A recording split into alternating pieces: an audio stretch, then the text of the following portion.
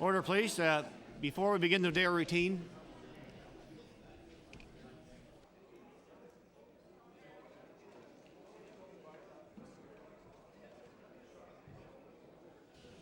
the subject for this evening's late debate was submitted by the honourable member for Hants East.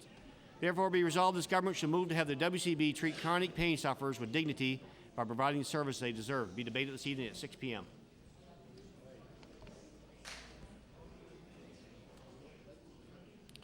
Begin the day routine. Presenting reading petitions. The honourable member for Chester St. Margaret's. Mr. Speaker, I'd like to present a petition from the residents of Keenan Road and the feeding roads. And we, the people living on Keenan Road and other roads leading into that road, and the people who often use the Keenan Road or those roads aforementioned above, request the Department of Transportation and Public Works A, to adopt an undertaker schedule to systematically repave or seriously repair the Keenan Road, and B, clear the trees and bushes which impede seeing other vehicles and blocks sight distances, often driveways and intersections. Mr. Speaker, there are 101 people have signed this petition, and I've signed my name as well. Petition is tabled.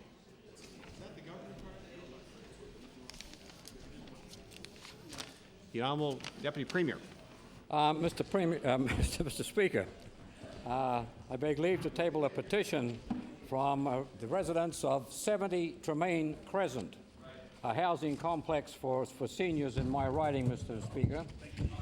And they are, yes, Mr. Speaker, they are incredibly upset with the remarks by the leader of the New Democratic Party, and they are demanding a public apology for saying such horrible things about their home.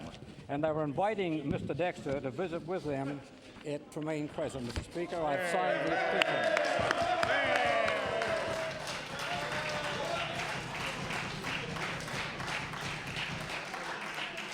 Petition is tabled. The honourable member for Victoria the Lakes. Mr. Speaker, I beg leave to table a petition on behalf of the concerned citizens of Hilltop Crescent and area in Badek. They would like to have McDonald Street and Upper Twining Street looked at by the Department of Transportation for consideration for paving. And Mr. Speaker, I have affixed my signature to the petition. Petition is tabled. The honourable member for Timberlea Prospect. Oh, sorry. Any further petitions? Presenting reports of committees. Table reports, regulations, and other papers. Statements by ministers. Government notice to motion. The Honourable Minister of Finance. Mr. Speaker, I give notice that on a future day I shall move the adoption of the following resolution. Whereas there is wide agreement among experts that awareness and education are essential in promoting responsible decisions to gaming and to preventing and addressing problem gambling behaviors, and whereas Responsible Gaming Awareness Week is an event that is designed to heighten Nova Scotia awareness and understanding of the nature of responsible gaming and to highlight the tools, information, and programs available to them to support responsible gaming decisions. And whereas this year's theme, Everybody Need a Game Plan, reinforces the need for personal planning based on timely and accurate information if somebody chooses to game. Therefore, be it resolved that this House endorse Responsible Gaming Week and applaud all those helping to make this such a successful event. Mr. Speaker, I request waiver and passage without debate. Request for waiver is agreed. All those in favour say aye. Contrary-minded, nay. Motion is carried. The Honourable Minister of Agriculture and Fisheries. Thank you, Mr. Speaker. I hereby give notice on a future day shall move the adoption of the following resolution. Whereas the animal health and registered veterinary technologists have practiced in Canada for over 30 years as valuable professionals in the field of animal health and veterinary medicine, and whereas the number of veterinary technicians and membership in the Eastern Veterinary Technicians Association in Nova Scotia continues to grow, and whereas October 10th to 16th is Veterinary Technicians Week in the province of Nova Scotia. Therefore, be it resolved that members of this House recognize that veterinary technicians are important contributors to animal health and are to be commended for the work they do. Mr. Speaker, I request waiver of notice and passage without debate. Waiver is agreed. All those in favour say aye. Contrary-minded, nay. Motion is carried. The Honourable Minister of Education. Mr. Speaker, I hereby give notice that on a future day I shall move the adoption of the following resolution. Whereas the students of Sir Charles Tupper began this year in schedule in their beloved school thanks to the quick actions of staff members Gary Shand and Doug Norman. And whereas just days before school was set to open, these two gentlemen noticed a roof fire which had sparked and acted quickly to ensure damage was minimal, whereas the Halifax Regional Municipality's Fire Department's subsequent quick and effective response guaranteed that Sir Charles Tupper was safe. Therefore, be it resolved that all members send their thanks and praise to Mr. Shan and Mr. Norman and salute HRM's Fire Department on their actions, both of which prevented the loss of this educational institution, which, it should be noted, is celebrating its 75th anniversary this year. Mr. Speaker, I request waiver of notice and passage without debate. Agreed. All those in favor say aye. Counterminded, nay. Motion is carried. The Honourable Minister of Community Services. Yes, thank you, Mr. Speaker. Mr. Speaker, I hereby give notice that on a future day I shall move the adoption of the following resolution. Whereas the province's One Journey Work and Learn program provides workplace essential skills education in cooperation with potential employers to respond to an identified industry need for skilled workers. And whereas the Departments of Community Services and Education, in partnership with Community Care Network Society, the Automotive Human Resource Sector Council, and the Halifax Regional Development Agency, developed a 14-week auto parts and inventory control training program to provide people with the skills and support they need to become employed. And whereas 9 students graduated from the program at a ceremony held at City Hall in Halifax on October the 8th, and 4 of these graduates have already received job offers in the automotive industry. Therefore, be it resolved that all members of this House extend congratulations to the program graduates and wish them much success as they embark on their new careers. And, Mr. Speaker, I request waiver of notice and passage without debate. Request for waivers is agreed. All those in favor say aye. Counterminded, nay. Motion is carried. The Honourable Minister of Community Services. Yes, thank you, Mr. Speaker. Mr. Speaker, I hereby give notice that on a future day I shall move the adoption of the following resolution. Whereas the Leader of the Opposition and defeated NDP candidate Sean Bennett made disparaging comments about the condition of the seniors complex located at 72 Tremaine Crescent in Windsor last week, and whereas the Mayor, MLA and Deputy Premier and the Minister of Community Services all went to meet with the people living in the seniors complex, and whereas the complex was in immaculate condition and the residents were more than happy with their living accommodations, therefore be it resolved that the Leader of the Opposition respect the residents' wishes and apologize for the comments he made about their home in the legislature on October the 6th. We can discuss it Wednesday night, Darrell. Order, please. Order, please. Order, please. Introduction of bills. The Honourable Minister of Natural Resources.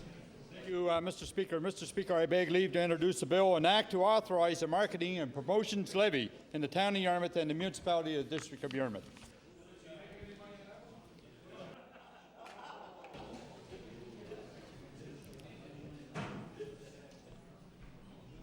The Honourable Minister of Natural Resources begs leave to introduce a bill entitled An Act to Authorize the Marketing and Promotions Levy in the Town of Yarmouth and the Municipality of the District of Yarmouth.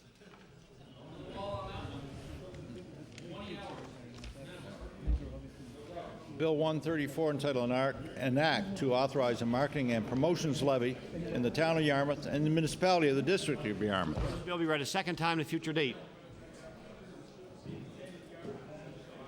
Order, please. The Honourable Deputy Premier.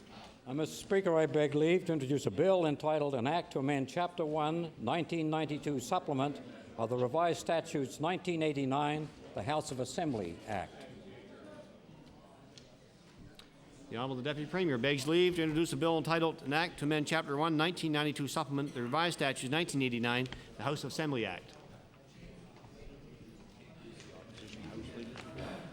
Bill 135 entitled An Act to Amend Chapter 1, 1992 Supplement of the Revised Statutes 1989, the House of Assembly Act. Or this bill be read a second time at a future date. The Honourable Member for Dartmouth East. Mr. Speaker, I beg leave to introduce a bill entitled An Act to amend Chapter 1 of the Acts of 1994 to 95, the Environment Act.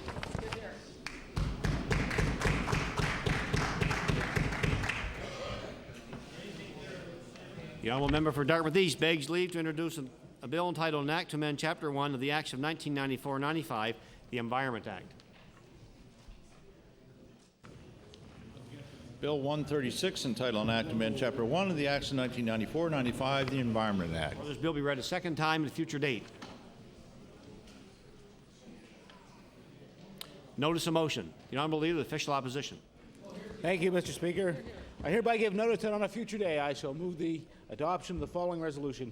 Whereas Elizabeth Weir has served as leader of the New Brunswick NDP since 1988 and as an MLA for St. John since 1991.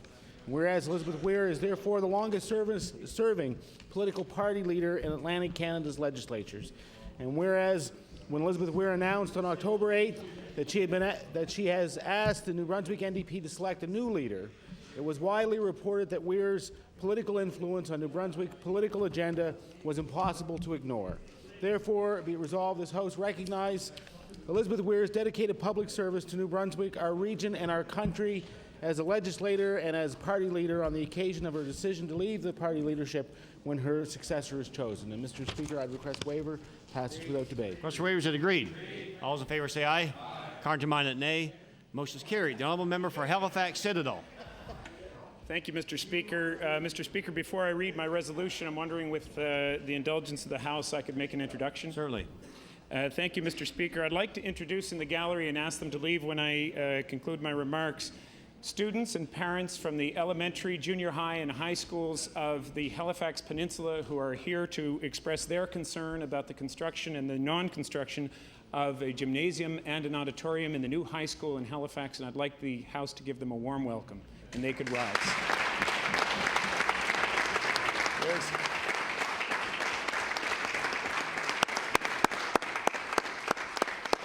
Welcome our special guests to the gallery today and hope they enjoy the proceedings. The honourable member for Halifax Citadel on the resolution. Thank you, Mr. Speaker. I'm a little concerned about who is an aspiring politician up there because the first person who rose happened to have been my son. So perhaps at another date I'll discuss with him. This may be an opportunity for them to see politics up close and personal, and hopefully they'll be inspired by what we say today. Mr. Speaker, I hereby give notice that on a future day I shall move the following resolution. Whereas students and parents from the local elementary, junior high, and high schools are upset that the new high school that will replace QEH and St. Pat's on the Halifax Peninsula will lead to students going from having 2 gyms and 2 auditoriums to 1 gym. Whereas, according to a report released from Statistics Canada last month, funding for public education in Nova Scotia is dead last in Canada.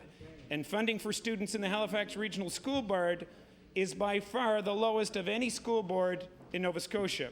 Whereas research compiled in 2002 from Statistics Canada, the Canadian Fitness and Lifestyles Institute, and Physical Activity Monitor data indicates that Nova Scotia government ranked 9th out of 10 provinces in its support for music, drama, and sports in our schools, and whereas other provinces like Alberta are moving to make daily physical activity mandatory in high schools, while our province is moving backward in its support for physical education. Therefore, be it resolved that the provincial government take immediate action to address the lack of support for Nova Scotia students in physical education and the performing arts.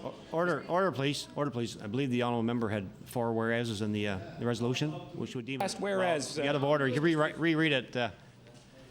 Deleting the last whereas, Mr. Speaker, be it resolved that the provincial government take immediate action. Order, please. I'd ask the honourable member to, if you rewrite it, and then you can reintroduce it, make it easier for the answer for the record. Thank you. The honourable member Colchester, Musquodoboit Valley. I hereby give notice that on a future day I shall move the adoption of the following resolution.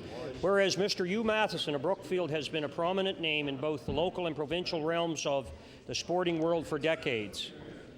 And whereas Hugh's involvement in sports began when he first started playing hockey on the same team in Brookfield with his brothers John, Wynne, Gordon, and Vaughan, whereas Hugh's involvement in sports began in hockey but also included hockey coaching, softball, curling, and his involvement in the fundraising and construction of the Don Henderson Memorial Sportsplex in Brookfield, which opened in 1975. Order, the clerks can't hear what the speaker on the floor is saying. Please keep the noise down to a dull roar or take it outside, please.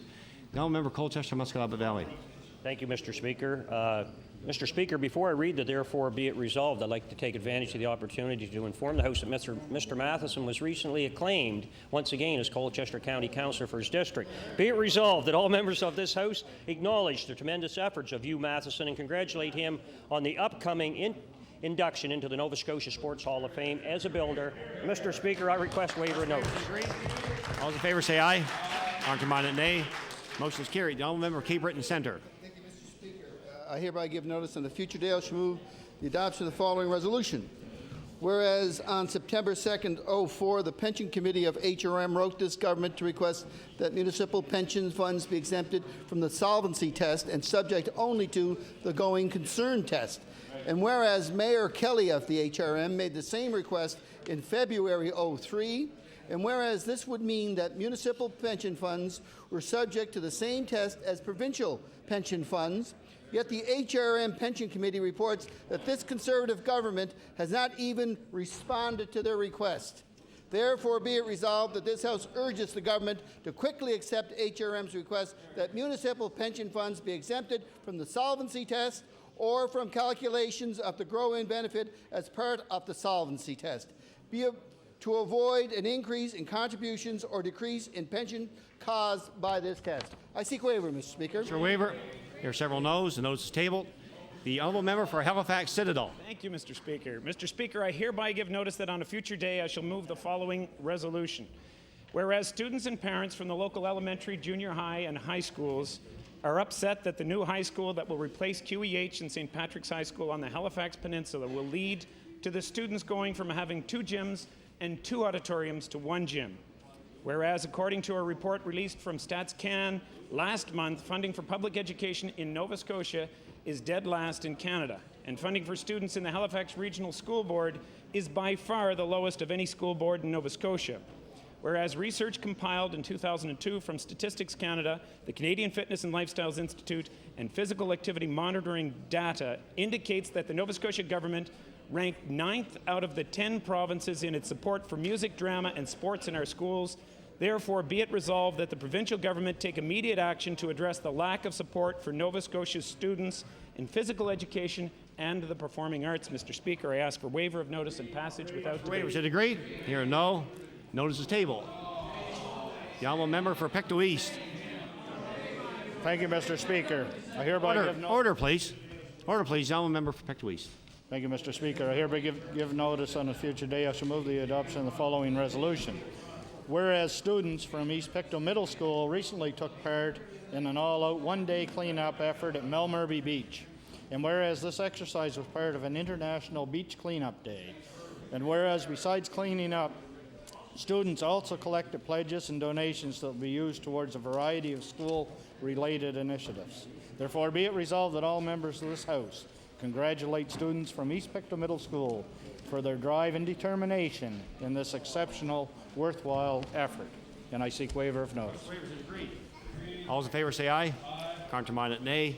Motion is carried. The honourable member for Hants East. Thank you, Mr. Speaker. I hereby give notice that on a future day I shall move the adoption of the following resolution. Whereas remaining active is shown over and over to be extremely important to a long and healthy life. Whereas lawn bowling is regaining popularity as a recreation and sport for many people who want to stay competitively active without risking serious injury. And whereas Lena Cameron of Enfield recently skipped her team to the Clark Trophy at the Bedford Lawn Bowls Club, therefore be resolved this House of Assembly congratulate Lena Cameron and her lawn bowling team not only for winning the Clark Trophy but also on their example of staying active. Mr. Speaker, I request waiver notice and passage without debate. Waivers are agreed. All those in favour say aye. Contraminded nay. Motion is carried. The honourable member for Halifax Clayton Park. Thank you. Mr. Speaker, I hereby give notice that on a future day I shall move the adoption of the following resolution. Whereas the Nova Scotia Gaming Corporation has launched Responsible Gaming Week from October 10th to 16th, 2004. And whereas the term responsible gaming is a deliberate contradiction in terms. And whereas the Gaming Corporation is trying to convince Nova Scotians that problem gamblers and those at risk can be helped by this kind of empty public relations exercise. Therefore, be it resolved that the Gaming Corporation be called on to require meaningful, serious warnings to be included in all PR materials for gamblers in Nova Scotia. Mr. Speaker, I ask for waiver of notice and passage without debate. Mr. Waiver, here no. Notice is tabled. The honourable member for Shelburne. Mr. Speaker, I hereby give notice that on a future day I shall move the adoption of the following resolution. Whereas for 4 years now, paramedics in Woods Harbor and Barrington have been working to assist children who face extra special medical needs, and whereas the paramedics have been raising funds by hosting an annual... Order, please. Order, please. The honourable member for Shelburne. And whereas the paramedics have been raising funds by hosting an annual provincial symposium dealing with emergency medical services, and whereas registration at this event has resulted in $15,000 being raised to help children with insurmountable medical costs. Therefore, be it resolved that all members of this House commend the efforts of the organizing committee in hosting this event annually and wish them well with their future good work. And Mr. Speaker, I request waiver. Request for waivers is agreed. All those in favor say aye. Contrary-minded, nay. Motion is carried. The honourable member for Dartmouth East. Thank you, Mr. Speaker. I hereby give notice that on a future day I shall move the adoption of the following resolution. Whereas on June the 4th and 5th, 2004, the first Woodlawn Scout Group celebrated their 50th anniversary at the Woodlawn United Church. And whereas scouting helps our youth develop their skills in leadership, citizenship, and service to the community.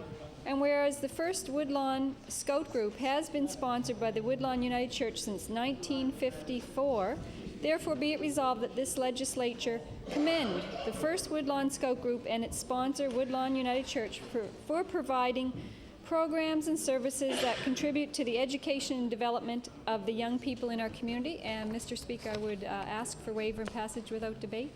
Request for waivers is agreed. All those in favor say aye. Contrary-minded, nay. Motion is carried. The honourable member for Kings West. Thank you, Mr. Speaker. Mr. Speaker, I hereby give notice on a future day I shall move the adoption of the following resolution. Whereas Middleton-born Jerry McMillan has starred in Nova Scotia golf for almost 35 years, he's won provincial titles at every level from juvenile and junior to open and mid-amateur, and whereas he was runner-up nationally in juvenile play and finished third in Canadian junior competition, and whereas in 1976 Jerry won the first of his 7 Nova Scotia amateur championships and was named to the provincial golf team 19 times between 1972 and 2001. And finally, in 1999, he led the team to the Canadian Championship while placing third individually. This year, at age 50, Jerry established a new Paragon course record of 62. Therefore, be it resolved, the members of this House acknowledge and congratulate Jerry McMillan, a true gentleman of the game, on his induction into Nova Scotia Sports Hall of Fame on October 29th. Mr. Speaker, I ask for waiver of notice and passage without debate. Mr. Waiver, is it agreed? All those in favor say aye. Contrary-minded, nay. Motion is carried. The honourable member for Kings North. Mr. Speaker, I hereby give notice that on a future day I shall move the adoption of the following resolution. Whereas September 18, 2004 marked the 100th anniversary of the old Kings County Courthouse in Kentville and the military training camp at Aldershot. And whereas today the King's Historical Society operates the County Museum in the former courthouse, and whereas the museum will host a special military exhibit of memorabilia from the past 100 years until the first week in October, therefore be resolved that the members of this House join me in extending best wishes to the members of the King's Historical Society and to the military training camp Landforth Atlantic Area Training Centre Detachment Aldershot on their respective anniversaries, and wish them future success in preserving and protecting the cultural and natural history of Kings County. I request waiver and passage without debate. Request for waiver, is it agreed? All those in favor say aye. Contrary-minded, nay. Motion is carried. The honourable member for Halifax, Shabakto. Thank you, Mr. Speaker. I hereby give notice that on a future day I shall move the adoption of the following resolution. Whereas students and parents from many Halifax area schools are in the legislature today, and whereas they are here to convince the Minister of Education that they deserve to have an auditorium in their new school, and whereas this minister has so far refused to listen to them and those who support them, therefore be it resolved that the Minister of Education ensure that in HRM and elsewhere this government's construction plans maintain or improve opportunities available to students. Mr. Speaker, I seek waiver of notice and passage without debate. Request for waiver, is it agreed? Here no. Notice is tabled. Now, member for Victoria the Lakes. Mr. Speaker, I hereby give notice that on a future day I shall move the adoption of the following resolution. Whereas there is great interest in the Mi'kmaq History Month Speaker Series, and whereas today at noon in the Lecture Theatre of the Art Gallery of Nova Scotia, the series will be featuring Ken D. Paul, Senior Policy Advisor of the Aboriginal Initiatives Branch of Parks Canada. And whereas Mr. Paul is originally from the Maliseet community of Tobique in New Brunswick and has been working within the field of environmental issues, his talk on Tuesday will cover traditional ecological knowledge. Therefore, be it resolved that the members of this House welcome Dr. Ken D. Paul to Nova Scotia and encourage people to go to the Art Gallery of Nova Scotia to listen to him to speak. Mr. Speaker, I ask for waiver of notice and passage without debate. Question for waiver is agreed. All those in favour say aye. Contrary-minded, nay. Motion is carried. The honourable member for Chester St. Margaret's. Mr. Speaker, I hereby give notice that on a future day I shall move the adoption of the following resolution. Whereas Ray Penny has been a member of the Chester Basin New Ross Chester Lions Club for nearly 18 years, and whereas following his election last spring, Mr. Penny began serving in July, the first year of a 2-year term as Vice District Governor for Lions Clubs across Nova Scotia. And whereas Mr. Penny was elected to his position as Vice District Governor by voting delegates from 68 Lions Clubs across Nova Scotia. Therefore, be it resolved that all members of this House applaud the initiative of Ray Penny for having taken on this challenging provincial role, and also commend him on 15 years of perfect attendance at the Chester Basin New Ross Chester Lions Club. Mr. Speaker, I request waiver of notice. Request for waiver is agreed. All those in favour say aye. Contrary-minded, nay. Motion is carried. The honourable member for Pictou West. Thank you, Mr. Speaker. I hereby give notice, and on a future day I shall move the adoption of the following resolution. Whereas 4 members of Pictou County's breast cancer survivors team, women alike abreast the river, are off to China later this month, and whereas Shirley Murray, Susan Hartley, Mel Schwarbrick, and Roseanne Xavier are part of the Canadian 35-woman team participating in the 5th International Dragon Boat Federation World Championship races in Shanghai, and whereas about 1,900 are expected to compete, including 7 breast cancer teams from throughout the world, with the Canadians racing on October 22nd and 23rd. Therefore, be it resolved that this Nova Scotia Legislature recognize these Nova Scotian and Canadian breast cancer survivors for the important role they are playing in bringing more attention to breast cancer and for promoting physical activity after breast cancer surgery, and wish them every success in Shanghai. Mr. Speaker, I request waiver and passage without debate. Request for waiver is agreed. All those in favour say aye. Contrary-minded, nay. Motion is carried. The honourable member for Glace Bay. Mr. Speaker, I hereby give notice that on a future day I shall move the adoption of the following resolution. Whereas on Friday, October 8th, the Law Amendments Committee considered matters relating to an amendment to the University College of Cape Breton Act, which will change the name of the institution to Breton University. And whereas the Law Amendments Committee agrees that concerned citizens in Cape Breton who may not be able to come to Halifax should be given the opportunity to make presentations on a matter that is of great concern to them. And whereas the Law Amendments Committee, by resolution, referred this matter to the House for its approval of funding that will allow them to hold a public hearing in Cape Breton. Therefore, be it resolved that the House of Assembly authorize the funds necessary for one public hearing of the Law Amendments Committee to be held by the Law Amendments Committee in Cape Breton. Mr. Speaker, I ask for waiver of notice and passage without debate. Question waiver is agreed. Here or no? Notice is tabled. The honourable Minister of Environment and Labour. Thank you, Mr. Speaker. I hereby give notice on a future day I shall move the adoption of the following resolution. Whereas in early August, the Victorian Order of Nurses branch in Queens County launched a Seniors Assisted Transportation Program, and whereas this service has been designed to provide transportation to seniors for medical appointments, to buy groceries, to go to the bank, and other important errands, and whereas the Queens County Crime Prevention has offered to loan the Victorian Order of Nurses their Senior Safety Program vehicle for several months to assist with their program. Therefore, be it resolved that all members of this House commend the Queens County Victorian Order of Nurses, the Queens County Crime Prevention Program, and the volunteer drivers for their effort in assisting seniors in our community. Mr. Speaker, I request waiver of notice and passage without debate. Question for waiver is agreed. All those in favour say aye. Contrary-minded, nay. Motion is carried. The honourable member for Dartmouth South Portland Valley. Thank you, Mr. Speaker. I hereby give notice that on a future day I shall move the adoption of the following resolution. Whereas the Atlantic Pee Wee AAA Baseball Championship was held in Dartmouth from September the 7th to the 19th, with the Dartmouth Mariners team hosting teams from Bedford, Nova Scotia, Mount Pearl, Newfoundland, Charlottetown, Prince Edward Island, and Moncton, New Brunswick. And whereas the teams enjoyed their games despite the rain and cold and displayed great sportsmanship and talent. and whereas the Dartmouth Mariners won the Atlantic Pee Wee AAA Championship. Therefore, be it resolved that the Nova Scotia Legislature congratulate the Dartmouth Mariners Pee Wee AAA team on their 2004 Atlantic Championship and wish them continuing success in the future. Mr. Speaker, I request waiver of notice and passage without debate. Question waiver, is it agreed? All those in favor say aye. Contraminded nay. Motion is carried. The honourable member for Annapolis. Mr. Speaker, I hereby give notice that on a future day I shall move the adoption of the following resolution. Whereas the Canadian Diabetes Association will raise over $1.5 million through its Adventure fundraising program, Team Diabetes, and whereas after months of physical training and fundraising, these athletes will travel to Dublin, Ireland to take part in a marathon on October 25th, 2004, and whereas one of the participants in this year's Dublin Marathon is Joan Cattell of Halifax, who is participating in memory of her father, Murray Cattell. Therefore, be it resolved that all members of this House congratulate Team Diabetes Canada for another successful year and wish Joan every success with this endeavour. Mr. Speaker, I ask for waiver of notice and passage without debate. Question waiver, is it agreed? All those in favour say aye.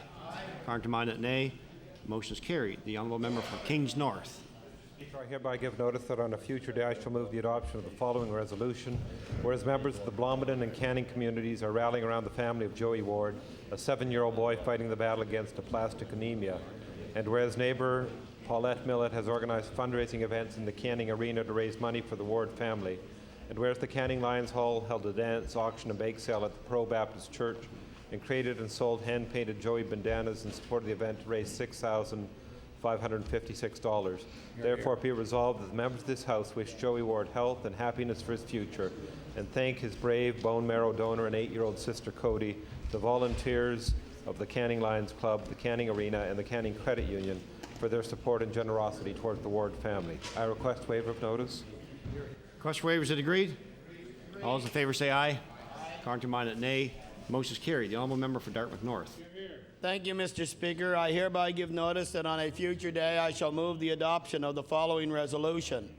Whereas the only medical treatment available for persons with extreme brain surgery is a very complicated process of brain surgery, brain seizures, I should say. And whereas Adam Gaines of Harrow, Ontario underwent such a very complicated brain surgery and is now doing extremely well, and whereas Adam Gaines did so well that as a tourist he visited Nova Scotia and on Friday, October the 8th, 2004, visited the Nova Scotia Legislature and commented on how awesome the province is. Therefore, be it resolved that the Nova Scotia Legislature congratulate Adam Gaines on his successful brain surgery and hope that he and his family will make future visits to our beautiful province. Mr. Speaker, I request waiver of notice and passage without debate. Question waiver, is it agreed? All those in favour say aye. Contraminded nay. Motion is carried. The honourable member for Halifax Atlantic on the introduction. Yes, Mr. Speaker. I'd like to introduce a constituent. Order, please. The honourable member for Halifax Atlantic.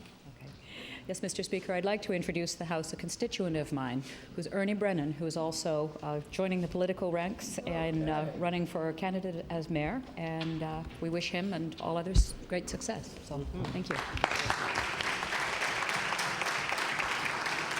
Certainly welcome our guest to the gallery today, the honourable member for Digby, Annapolis. Thank you, Mr. Speaker. Mr. Speaker, I hereby give notice that on a future day I shall move the adoption of the following resolution. Whereas firefighters from Southville and Weymouth in the county of Digby participated in recent firefighter competitions in Hammonds Plains, and whereas Southville, competing in only its second such competition, beat 9 other teams from Weymouth, Hammonds Plains, and Prospect in the barrel roll competition. Whereas Weymouth firefighters won the Bucket Brigade for the 4th year in a row, with the Southville placing second. Therefore, be it resolved that this House congratulate firefighters Doug Cromwell, Michael Comeau, Troy Surrett, Roy McCulley, and Paul Mullen of Southville and the victorious Weymouth team on these achievements. Mr. Speaker, I request waiver of notice and passage without debate. Question waiver, is it agreed? All those in favour say aye. Contraminded nay. Motion is carried. The honourable member for Cape Breton Nova. Thank you, Mr. Speaker. Mr. Speaker, I hereby give notice that on a future day I shall move the adoption of the following resolution. Whereas from October the 11th till October the 17th, 2004 in Sydney, the 7th annual Pierscape Festival will take place with artists from near and far, showing their wares at this special event in Whitney Pier, one of the most ethnical, diverse communities in North America. And whereas this year's featured artist is Esther Dekai Rice, the daughter of Hungarian immigrants to Whitney Pier, who has had her paintings displayed in Italy, France, Austria, England, Hungary, and the United States and Canada.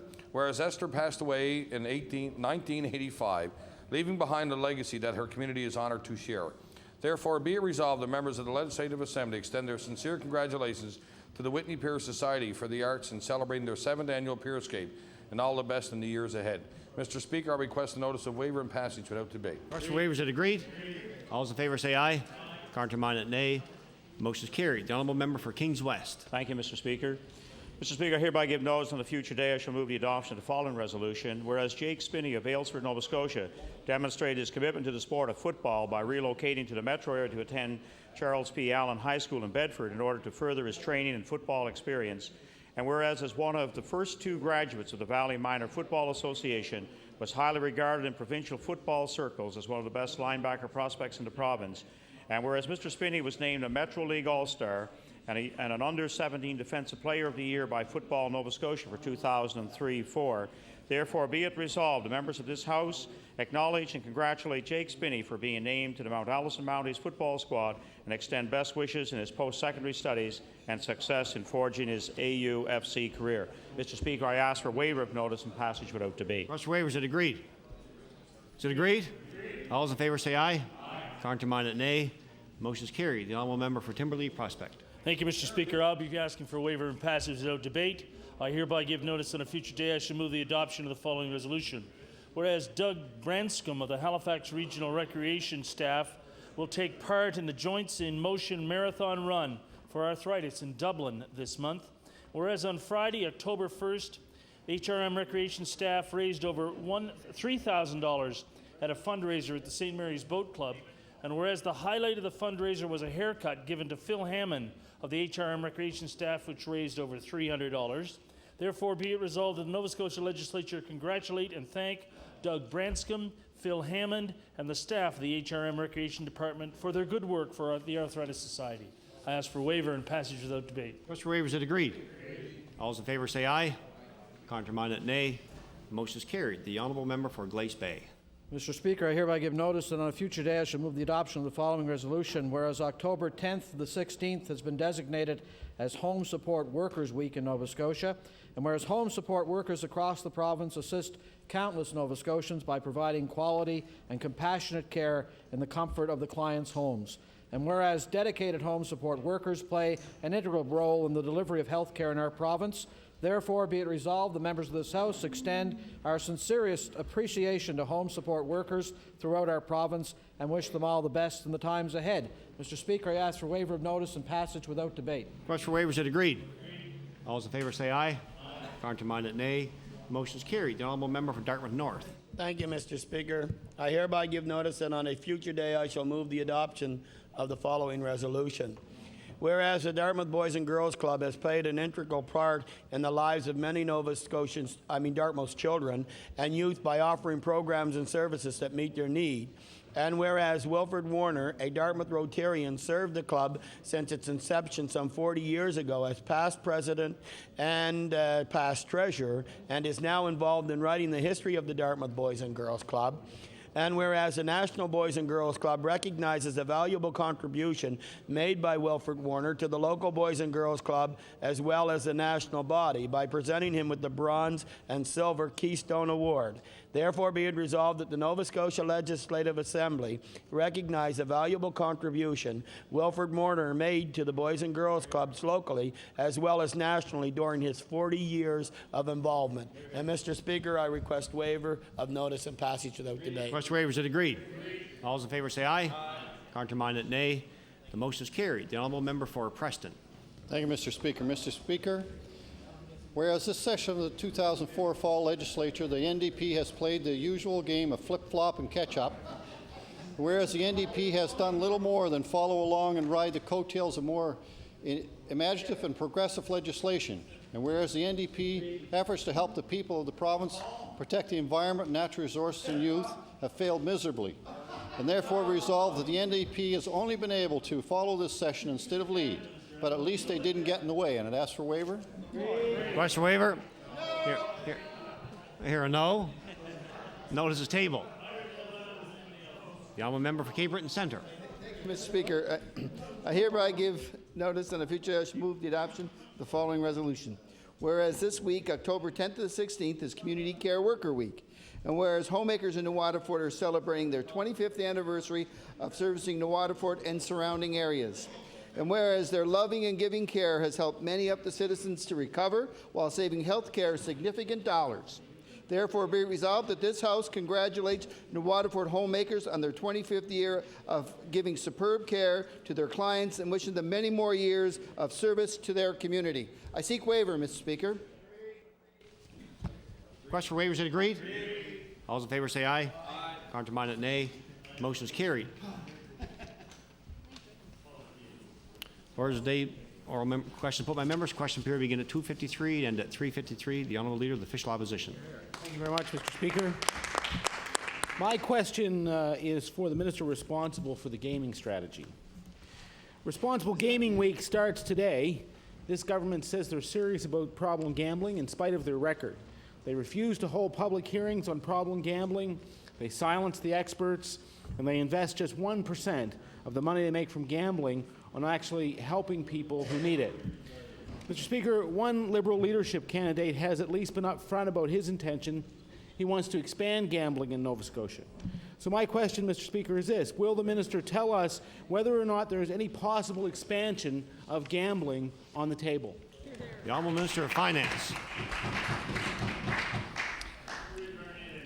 Thank you very much, Mr. Speaker. And the honourable member raises a very topical question. As we had the conference in town last week, and indeed the Responsible Gaming Awareness Week has started this week, and I had a chance to be down to that opening of that conference this morning. Mr. Speaker, the issue we're doing with is looking at what we need to do, what people want the government to do. We're asking them for the responses. Mr. Speaker, to try to talk about, to prejudge what people are going to tell us is premature. We're waiting and we're asking people to respond. The honourable leader of the official opposition on your first supplementary. Mr. Speaker, I think that question just went right over the minister's head. It was a yes or no answer was all he needed. Mr. Speaker, through a Freedom of Information request, we have recently received a number of studies paid for by the province and done by a group called Focal Research.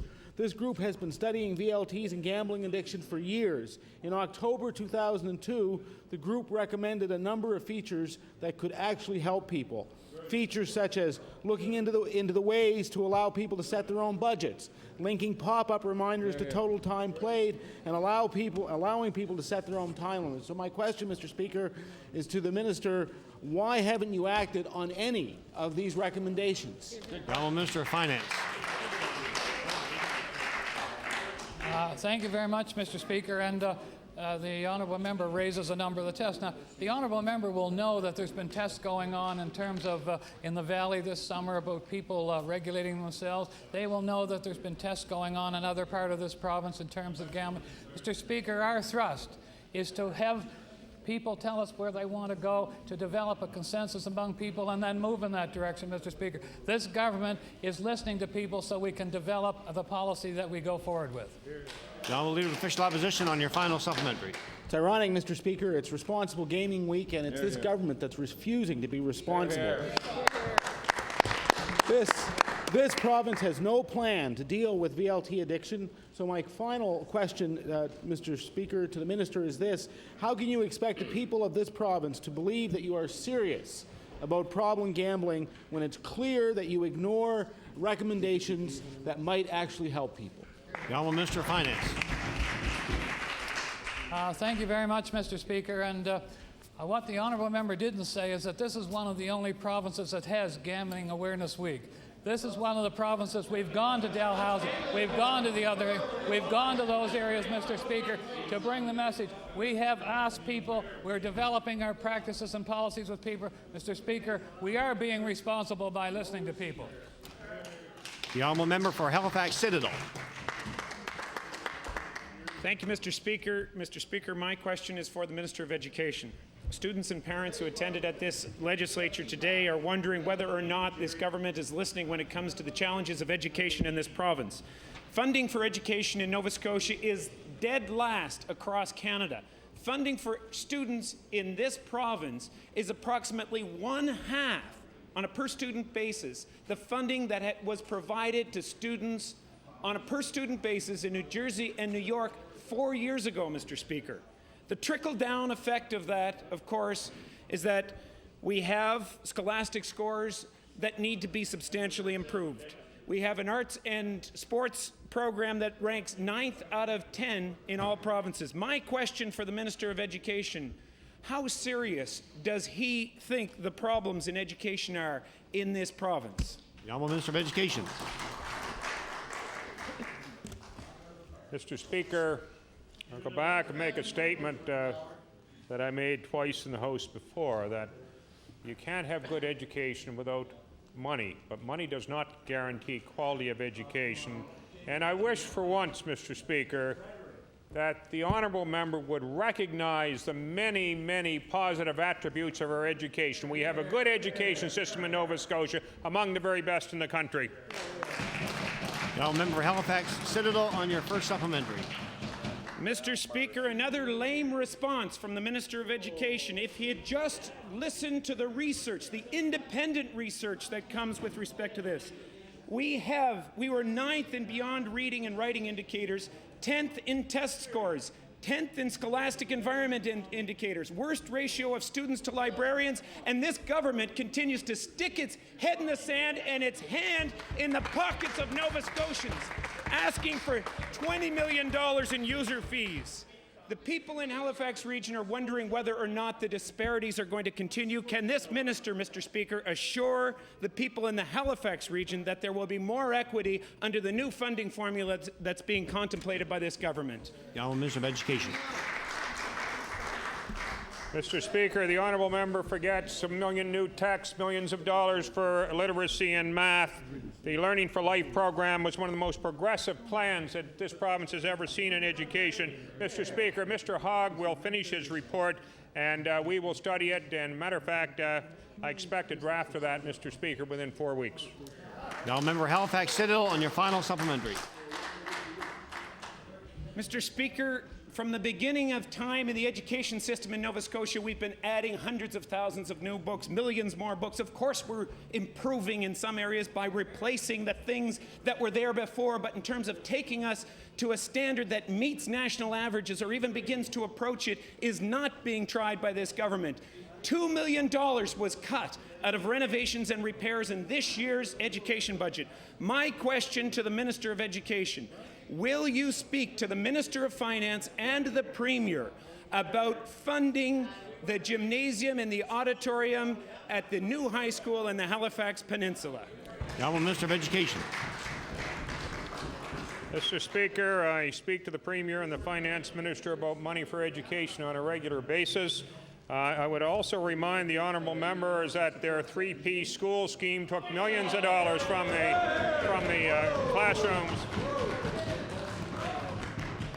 Mr. Speaker, over the next 8 years, this government will spend $400 million on new construction and major renovations.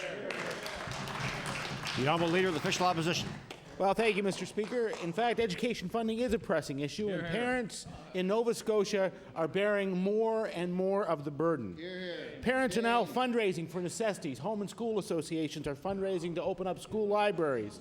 Mandatory school fees are the issue. Within the Halifax Regional School Board, which receives the lowest funding per student in the province, school fees are collected for lockers, lab fees, sports teams, and for staying at school over lunch. So, Mr. Speaker, my question for the minister is, how is your department keeping track of the total and the type of school fees being collected in Nova Scotia? The Honourable Minister of Education. Mr. Speaker, there is no question that a good many schools do have school fees, particularly at the high school and junior high level. We're very fortunate in our province, too, Mr. Speaker, to have groups very, very interested and dedicated parents and other people from the communities are willing to work with people in the school to ensure that certain things are made that are not readily available. Mr. Speaker, that money would be accounted for by the individual schools, and I assume the individual school board would keep track of it. The Honourable Leader of the Official Opposition on your first supplementary. Well, Mr. Speaker, the minister has a lot to learn. The Department of Education does not have a policy on gathering school fee information, and most of the school boards in the province don't have a policy on school fees, and they don't keep an annual list of the total. So I'm tabling a report on the impact of school fees done by the Community Services Council in Newfoundland, and here's what the report says. These charges create financial hardship for some families and contribute to the social exclusion of children within the school. So my question for the minister is this: how are you making sure that school fees in this province don't exclude students or make them feel marginalized? The Honourable Minister of Education. Mr. Speaker, school fees are not something that everybody likes to pay, but having been involved in the Please. field for some time, I can tell you that I have never known anybody who was excluded from a school activity simply because they could not afford it. The Honourable Leader of Official Opposition on your final supplementary.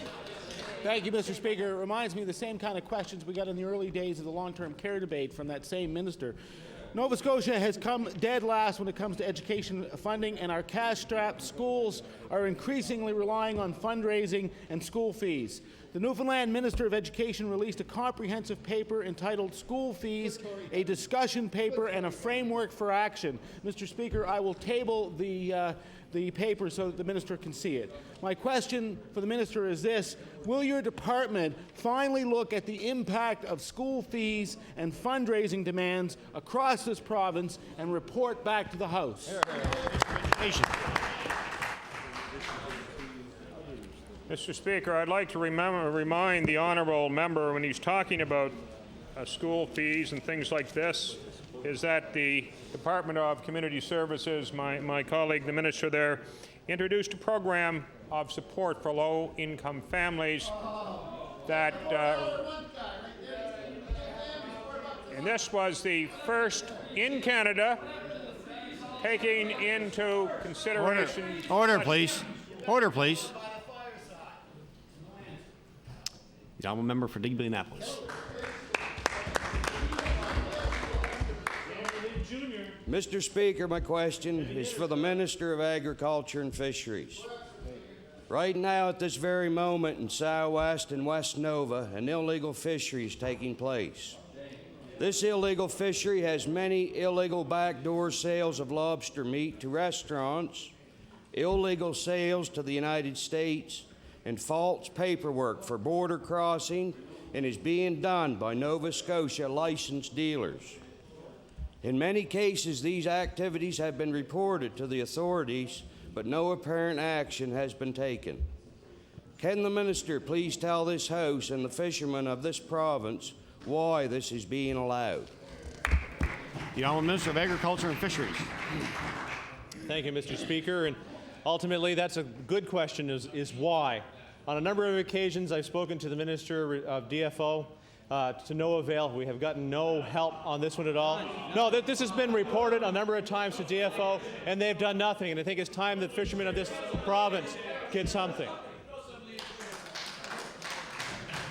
The Honourable Member for Digby Annapolis on your first supplementary. Mr. Speaker, these dealers are licensed by the province of Nova Scotia. Mr. Speaker, in some areas in West Nova, fishermen feel as though they have been forced to take this issue into their own hands. And I'm afraid that they will, as there are signs of this happening right now. Someone is going to get hurt. The legal fishermen do not want this illegal fishery to continue. Can the minister tell this House how he can help to put an end to this illegal fishery? The Honourable Minister of Agriculture and Fisheries. Thank you, Mr. Speaker. And as I tried to speak just a minute ago, that this is DFO's issue. DFO is investigating it right now. Order. Order, please.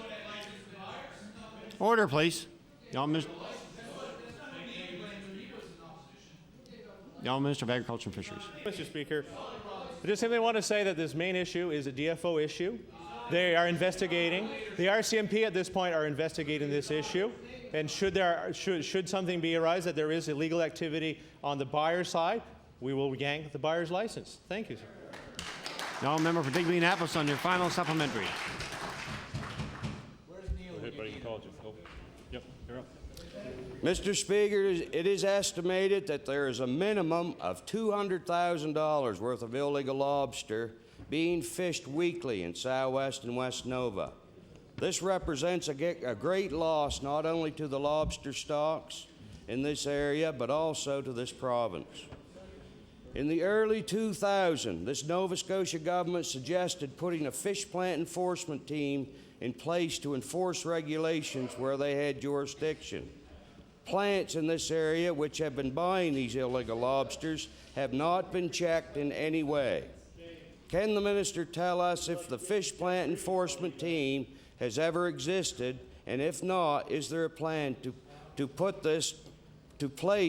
implement this team in the near future? Now, Minister of Agriculture and Fisheries. Thank you, Mr. Speaker. Back in June, new regulations were passed on illegal activity, on the new way to prosecute these things.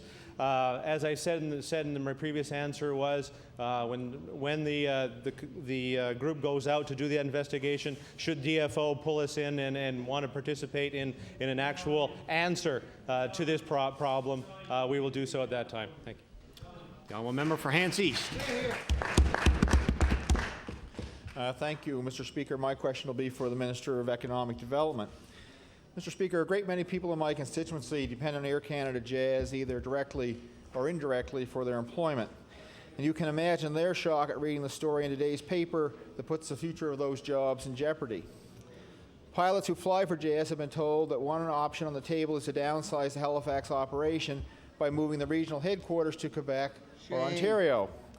Well, I think all members of this House would realize what a blow this would have on the local area as well as for the province as a whole, Mr. Speaker. So I want to ask the Minister, can he tell this House what information he has about the future status of Air Canada Jazz regional headquarters operations in Halifax? The Honourable Minister of Economic Development.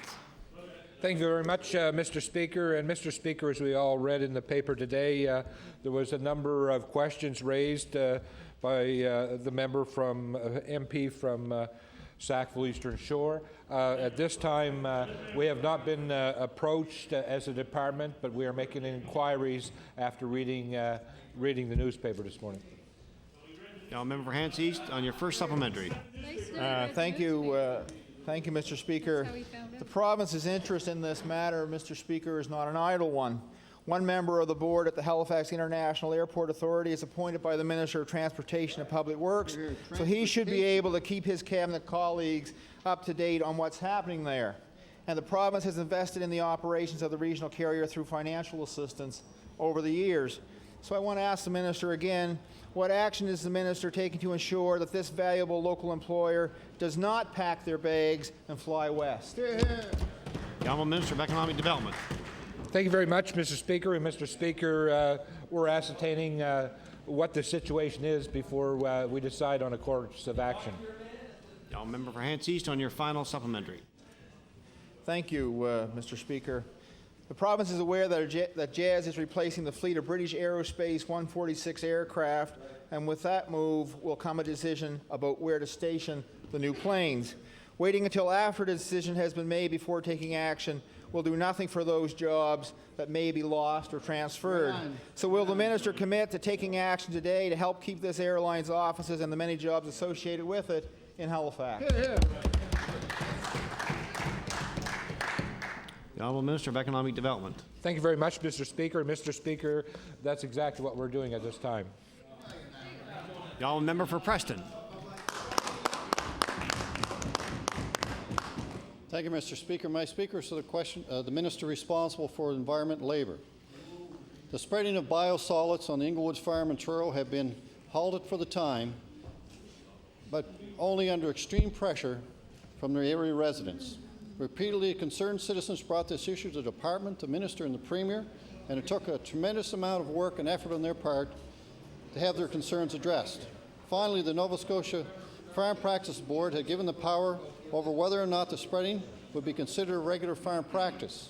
Some of their findings were the Department of Environment and Labor guidelines, which came into effect in May 2004, did not address the most of what Inglewood Farm is applying to their land, i.e. industrial waste, only the use of biosolids. The department does not make regular visits to the farm. My question to the minister is, why has there been such a lack of support for protection of the people and the environment by regulations of the Department of Environment and Labor? The Honourable Minister of Environment and Labour.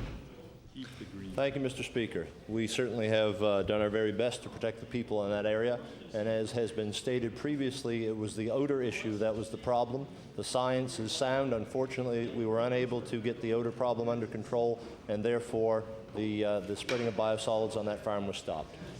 Honourable Member for Preston on your first supplementary. Well, the board discovered not all the practices being carried out by Inglewood's Farm were covered by the guidelines of handling industrial waste. The Department of Environment and Labor made it very clear to the board that they were a regulatory body, not experts in the application of non-livestock generated waste. Mr. Speaker, my question is to the minister. Why are there no guidelines for the Department of Environment and Labor when dealing with an area application of non-livestock generated waste? Minister of Environment and Labour. Mr. Speaker, it's my understanding that with the Department of Agriculture, the Department of Environment, and the Federation of Agriculture, that a code of practice will be looked at, and we will try and develop a code of practice that would cover this application. The Honourable Member for Preston on your final supplementary. It's an interesting answer from the minister, and I appreciate that, and I would like to get a commitment from the minister that indeed the no more... Order, please.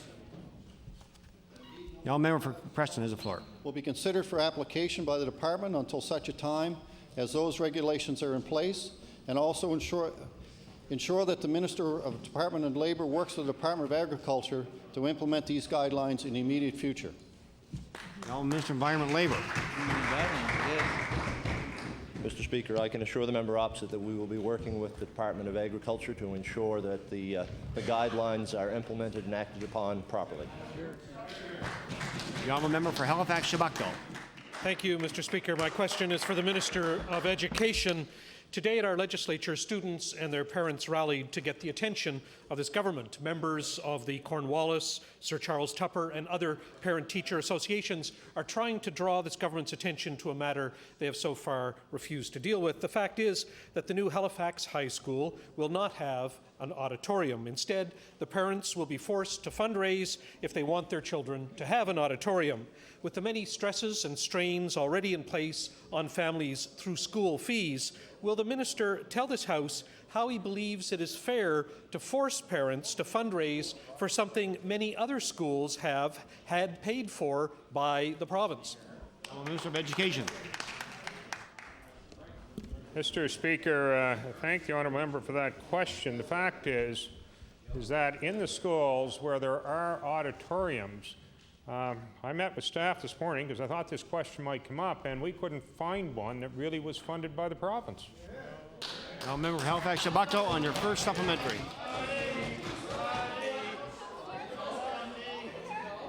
I suggest the minister. Order, please. Order, please. The Honourable Member for Halifax-Shabukdale has the floor. Well, I might want to check this, and the minister might want to check it, but I think the reasons that the chamber orchestra was at work downstairs was they hear you have to fiddle a bit to get that funding. But not only will this school be without an auditorium, Mr. Speaker, it will have only one double-station gym. It's looking like this might be what one might call a plain Jane school. Given the large number of students who will be attending the new school, it is fair to say that gym time will be at a premium, and many children will see their opportunities for physical activities reduced. With the province's stated focus on health promotion, will the minister explain how he can justify reducing access to physical activity for many children who have few other alternatives? Education. Mr. Speaker, just to give a little history here for the honourable member. back in 1970, when QE and St. Pat's were at their peak, they had a little more than about 3,870 students between the two of them, and they had 2 gyms. Now, Mr. Speaker, this year or last year, the enrollment was about 427, and they had 2 gyms. Between the two of them, yes, that's correct. 1427. 14. Mr. Speaker, there will be a double gym in that school, and that is the standard for example, in the school in my home community, which has 1,700 students, the largest high school in the province has 1 gym. If we go up to the honourable member from Cape Breton Centre, and I don't have to tell him... Order, please. Order, please. Order, please. Thank you. Now, member Halifax Shabakto. Thank you, Mr. Speaker. The minister's answer was interesting, but it doesn't seem... Order, please. Now, member for Halifax Shabakto is final supplementary. All right. Thank you, Mr. Speaker. The minister's answer was interesting, but it really doesn't convince the parents here. Under this government, we have seen music and arts programs cut back. We have seen a former minister tell students to bring their own toilet paper to school, and we have heard talk of putting 50-plus students in a classroom. Now, when the design of a high school, which will last long into the future, is being finalized, the government is scrimping on necessary elements like an auditorium and gymnasium. I would like to ask, Mr. Speaker, why is this minister refusing to listen to the parents and the future students of this school instead of doing the right thing? Honourable Minister of Education. Mr. Speaker, that is totally inaccurate to imply that this minister is not listening to the students and parents, Mr. Speaker. And indeed, I will tell you that this minister and his staff are listening to HRM and to the Halifax Regional School Board. And for what it's worth, there was a meeting this morning among those parties, including the school steering team, I believe, was there as well, to discuss the issues that the honourable member is mentioning. The honourable member for Glace Bay. Mr. Speaker, my question is for the Minister of Health. Mr. Speaker, last week we learned of major flu vaccination shortages as a result of a suspended license of a manufacturer. While Canada has its own secure supply of vaccinations and will not be directly affected, the fact of the matter is that when 48 million doses are removed from the market, both supply and demand are severely compromised. One country that has been severely impacted as a result of the license suspension is the United States. And we may find that U.S. approvals of flu vaccines that are manufactured here in Canada could occur rather quickly and prices could rise. So my question for the minister is, has Nova Scotia secured all of the flu vaccinations it will require for the upcoming flu season? The Honourable Minister of Health. Thank you very much, Mr. Speaker, and thank the honourable member for that question. It's my understanding, Mr. Speaker, that indeed we have secured the supply we require for the coming season. I thank the honourable member for raising the issue because it's important for Nova Scotians to think in terms of getting a flu vaccination at this time of the year, and would encourage all Nova Scotians to visit their doctors and ensure that they do indeed get that vaccination. The honourable member for Glace Bay on your first supplementary. Mr. Speaker, the government doesn't have a great track record when it comes to managing the supply and demand issue. In November of 2000, the government was looking for hard-to-find flu vaccine when it underestimated the demand, actually, and as a result, doctors were sent a letter telling them to refuse flu vaccinations to anyone not in a high-risk category. Today, we have more heightened awareness of the seriousness of the flu and the need to vaccinate. So will the minister please confirm that he will not find himself in the position of sending physicians those letters telling them to refuse flu vaccinations if they do not fall into the high-risk category? The Honourable Minister of Health. Thank you very much, Mr. Speaker. And last year, Nova Scotians took advantage of the flu vaccination program in numbers unprecedented, higher than ever, Mr. Speaker. We intend to ensure that those numbers are increased this year, Mr. Speaker, and it is our intention to be prepared to ensure that those Nova Scotians who wish to have a vaccination indeed receive that vaccination. The honourable member for Glace Bay on your final supplementary. Mr. Speaker, last year the government provided free flu vaccinations for seniors, individuals who fall into a high-risk category, healthcare workers and students working in healthcare settings, police officers and firefighters, including volunteer firefighters. This year, these same groups will again be eligible, as well as an additional group, babies aged 6 months to 23 months. Bit by bit, Mr. Speaker, we are adding to the free flu vaccine eligibility list. So my final question to the Minister, could the Minister please indicate if he plans to follow the lead of the province of Ontario and provide free flu vaccinations for all Nova Scotians who want them, and if so, when is he going to do it? Minister of Health. Thank you very much, Mr. Speaker. And as the honourable member indicated, we have indeed expanded the coverage every year. We will continue to expand that coverage, Mr. Speaker, as resources become available. Again, Mr. Speaker, I want to take this opportunity to encourage all Nova Scotians to receive their flu vaccination so that they will be protected and the resources of our healthcare delivery system will not receive too significant a strain during the flu season. Thank you, Mr. Speaker. The honourable member for Halifax Atlantic. Thank you, Mr. Speaker. My question is for the Minister responsible for the Human Rights Commission. Mr. Speaker, the Human Rights Commission is really the last resort for Nova Scotians who've experienced discrimination and whose problems can't be solved in any other way. There are several levels of assessment and investigation, and really very few cases are deemed worthy of a full-fledged board of inquiry. In at least 2 recent cases, though, the complaints were found valid, but neither Kirk Johnson nor Constable Patricia Saunders has any idea what their victory will cost. My question, Mr. Speaker, isn't about these cases themselves, since they are before the courts, but I would like to ask the Minister, why does the Human Rights Act not clearly give to the Board of Inquiry the authority to award legal costs?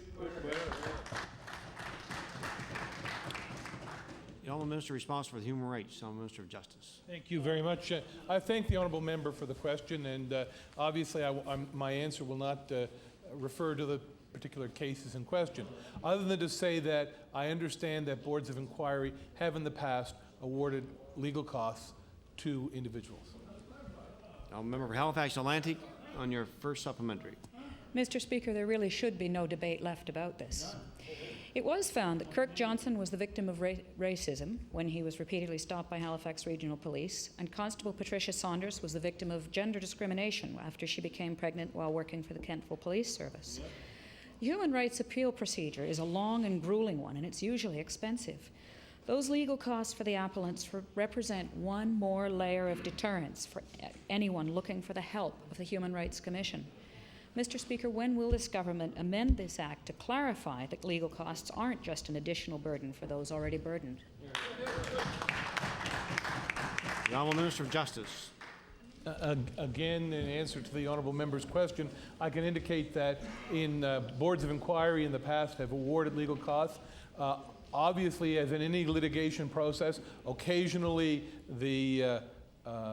one of the parties is dissatisfied with the amount of the costs awarded, but in fact there is authority today, and in fact it has happened that legal costs have been awarded by the successful applicant and complainant. So I don't believe there's a problem. Member Halifax Atlantic on your final supplementary. As long as there's a debate, there is in fact a problem, and I think it's more than just a question of amounts. However, there are other problems as well. We have 2 official languages here, and there are many French-speaking Nova Scotians who experience discrimination daily on the grounds of language, services not being provided equally to a large proportion of our citizens. When will this government move to add language as an unacceptable form of discrimination under the Human Rights Act? Minister of Justice. Thank you very much, and I appreciate the honourable member's question. I think it's important to recognize that government has been working throughout Nova Scotia, and that's as witnessed by the bill introduced by the Minister responsible for Canadian Affairs, and improving French language services. Mr. Speaker, we intend to improve the services that are available to Nova Scotians throughout Nova Scotia, both by government and to encourage others to do likewise. Thank you. Honourable member for Dartmouth North. Thank you, Mr. Speaker. My question is for the Minister of Municipal Relations. Nova Scotia League for Equal Opportunities, known as LEO, NSLEO, is a consumer and public education organization which represents the interest of persons with disabilities. NSLEO offers consumers an umbrella organization through which to represent their concerns at the provincial level. Accessible, low-cost transportation is integral for the inclusion of disabled persons in society. There are many people throughout this province who depend on Dial-A-Ride and their counterparts as their exclusive source of transportation. However, Mr. Speaker, due to the financial constraints, many groups are finding it more difficult to provide this essential service. My question to the Minister, Mr. Speaker, is what is this province doing to address the chronic underfunding of accessible transportation in Nova Scotia? The Honourable Minister of Service, Nova Scotia and Municipal Relations. Thank you, Mr. Speaker. Today in Nova Scotia we have a program to assist groups like that. We, on a routinely basis, provide financial assistance to those groups, and we will continue to do so. Honourable member for Dartmouth North on your first supplementary. Mr. Speaker, that minister is very much aware that this has been going on for as long as he has been on that government side and in cabinet. And he's very much aware that the funding is certainly underfunded. The program to fund community groups who provide accessible transportation is growing. This year, Mr. Speaker, 2 more communities, Digby and Shelburne County, realized the need for this service, and this strains the already inadequate funding. Right. Last year, Leo requested that the capital portion of the funding be increased. But not only was there not any increase, these groups found out last week that their funding has been cut by some $20,000. This in no way addresses the chronic underfunding. Mr. Speaker, with the increase in demands for this service across Nova Scotia, will this government commit to fund this program at a sustainable level? Hear, hear. The Honourable Minister of Service, Nova Scotia and Municipal Relations. Mr. Speaker, as I said in my earlier answer, that this government is committed to funding these programs. I, as a minister, have had the privilege to meet with a number of these organizations and present them with checks from the province of Nova Scotia to help support the work they do. It's good work, it's work that we support, and we will continue to support, Mr. Speaker. Dartmouth North on your final supplementary. Mr. Speaker, this issue wouldn't be on this legislative floor if, in fact, those organizations out there counted on the government providing the sustainable funding. That's the reason why this is here. Mr. Speaker, more of these organizations are forced to fundraise, the more they are being perceived as a charitable model versus a required means of transportation for seniors, veterans, and persons with disabilities. When will this government, and this is my question, Mr. Speaker, when will this government start treating the Dial-A-Ride programs as a basic essential service along the lines of other transit operations in Nova Scotia? Honourable Minister of Service, Nova Scotia and Municipal Relations. Mr. Speaker, that's a program that we as a government started, and we are committed to it. I'll say to the speaker opposite, or the member opposite, that our government has covered the cost for URB fees for these organizations. We've covered the cost around the registry of motor vehicles, and we've done more than that, Mr. Speaker. We've contributed financially to the capital expansion of their facilities, and we will continue to do that, Mr. Speaker, because we think it's the right thing to do. Hear, hear, hear, hear. The honourable member for Annapolis. Mr. Speaker. Thank you, Mr. Speaker. My question is for the Minister of Tourism, Culture and Heritage. There are 7 not-for-profit regional tourism industry associations in rural Nova Scotia. These associations are the backbone of the tourism industry in this province, yet they have to struggle and fight every year to stay afloat. These organizations are facing financial troubles. So my question is, what percentage of the overall tourism budget is allocated to support regional tourism industry associations? And if he can't deliver that, would he table the information by the end of today? Minister of Tourism, Culture and Heritage. Yes, Mr. Speaker, I'll certainly do that for the member. The honourable member for Annapolis on your first supplementary. Speaker, I think that was an answer. It's cooperation. Mr. Speaker, 2004 has been a particularly difficult year for the majority of tourism operators in the province, particularly in rural Nova Scotia. Fortress Louisbourg, Citadel Hill, and the Highland Links experienced business interruptions during the summer as a result of the Parks Canada strike. Mr. Speaker, all of these, coupled with the sagging tourism figures for this year, is a bad news story for the local tourism operators. So my question is, does the minister have a plan to create a financial relief program to assist the tourism industry? The honourable Minister of Tourism, Culture and Heritage. Mr. Speaker, first of all, I just want to state that I certainly agree with the member that the federal government has disappointed the tourism industry in our province this year with respect to the Parks Canada employees, Mr. Speaker. Honourable member for Annapolis on your final supplementary. I take that as a no.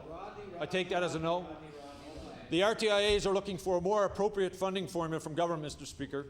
This is particularly important due to the hardships that all the associations are facing this year. So my question is, will the minister commit to a joint meeting with the RTIAs to discuss their funding concerns by the end of this month? The honourable Minister of Tourism, Culture and Heritage. Well, thank you very much, Mr. Speaker. And Mr. Speaker, through you to the member, Mr. Speaker, the member is fully aware that I've met with the regional tourism associations as well as the presidents, Mr. Speaker. Our staff continually meets with each regional tourism association as well. I personally took the opportunity this past summer to visit each of those associations, Mr. Speaker, and to speak with each one of them to hear their concerns. And Mr. Speaker, through the regional tourism associations who provide a very important service for us, we will continue to invest in tourism in our province. The honourable member for Dartmouth South, Portland Valley. Thank you, Mr. Speaker. My question is for the Minister of Community Services. Women's centres in this province face a daily struggle just to survive in the wake of frozen funding by this government. Women's centres serve women with complex issues who face educational and training needs, mental health challenges, poverty, and lack of transportation. To put it bluntly, women's centres help people who are slipping through the widening gaps in our government social safety net in Nova Scotia. My question to the minister: how much longer will his government continue to ignore the funding needs of women's centres? The honourable Minister of Community Services. Yes, thank you, Mr. Speaker, and I thank the member opposite for allowing me to point out a little bit of the history of the funding of women's centres. Initially, Mr. Speaker, these centres were by and large funded with the encouragement of the federal government. They set them up and then they walked away from them, and it was the province that came in and supported them. Thank you, Mr. Speaker. Member of Dartmouth South, Portland Valley on your first supplementary. Mr. Speaker, these women's centres are providing essential services, and I think the minister glosses over the seriousness of the crisis facing them. Staff are underpaid and burned out from hours of unpaid overtime a week, yet memos from community services staff already tabled in this House show that 2 years of meetings, reports, and extra work initiated by the department was nothing but a delaying tactic to avoid properly funding these programs. My question to the minister: how can you justify leading women's centres through months of unnecessary work just to continue underfunding them? Minister of Community Services. Thank you, Mr. Speaker. And Mr. Speaker, further to my first answer, I would point out that when the federal government did pull out of funding women's centres completely just a number of years ago, we gave about a 50% increase to their funding. Thank you, Mr. Speaker. Member of Dartmouth South, Portland Valley, and your final supplementary. Mr. Speaker, the minister and his department just don't get it. Women's centres are a lifeline to women they serve, and there aren't any government services lining up to fill the gap should women's centres start to close from chronic underfunding. My question to the minister: when will his department stop the funding freeze for women's centres so that they have adequate resources to do their job? The Honourable Minister of Community Services. Thank you, Mr. Speaker. Mr. Speaker, we have discussed this on a number of occasions in this legislature and during estimates. The member opposite says that we don't get it. I would suggest she doesn't get it. The point is, Mr. Speaker, that the federal government went in on this. They encouraged the establishment of women's centers. When they walked away, we stepped in and we stepped up our commitment to them. We recognize that they're an important service delivery mechanism for women in this province, and we will continue to support them, Mr. Speaker. The honourable member for Kings West. Thank you, Mr. Speaker. Mr. Speaker, my question is to the Minister of Education. On October 1st, the Minister's deputy met with university student representatives to inform them of the status of Memorandum of Understanding discussions taking place between his department and university presidents regarding the 3-year funding arrangement for the province's universities. And at that meeting, the deputy would not reveal to students just what tuition increases are in store for students over the next 3 years. However, Mr. Speaker, student leaders are concerned over rumors that suggest increases of 5% each year for the next 3 years. My question to the Minister, will the Minister quash those rumors today by confirming that university students will not see tuition increases of 5% each year for the next 3 years? The Honourable Minister of Education. Thank you, Mr. Speaker, and I can confirm that that number, as the honourable member said, is just rumor. And quite frank, it's really interesting they did this, because when we were talking about examples with those students that day, I said, sure as the devil, we put a concrete number out there to talk about perfect examples. It's going to happen on the floor of the House, and here it is today. The honourable member for Kings West on your first supplementary.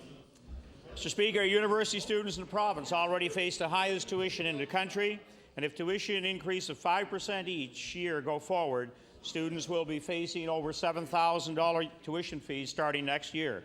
Mr. Speaker, the deputy wouldn't tell students what his department is hoping to achieve out of these discussions. This only adds to the speculation. Will the minister do what his deputy refused to do and tell the students what level of tuition increases he hopes to achieve as a result of the MOU? The Honourable Minister of Education.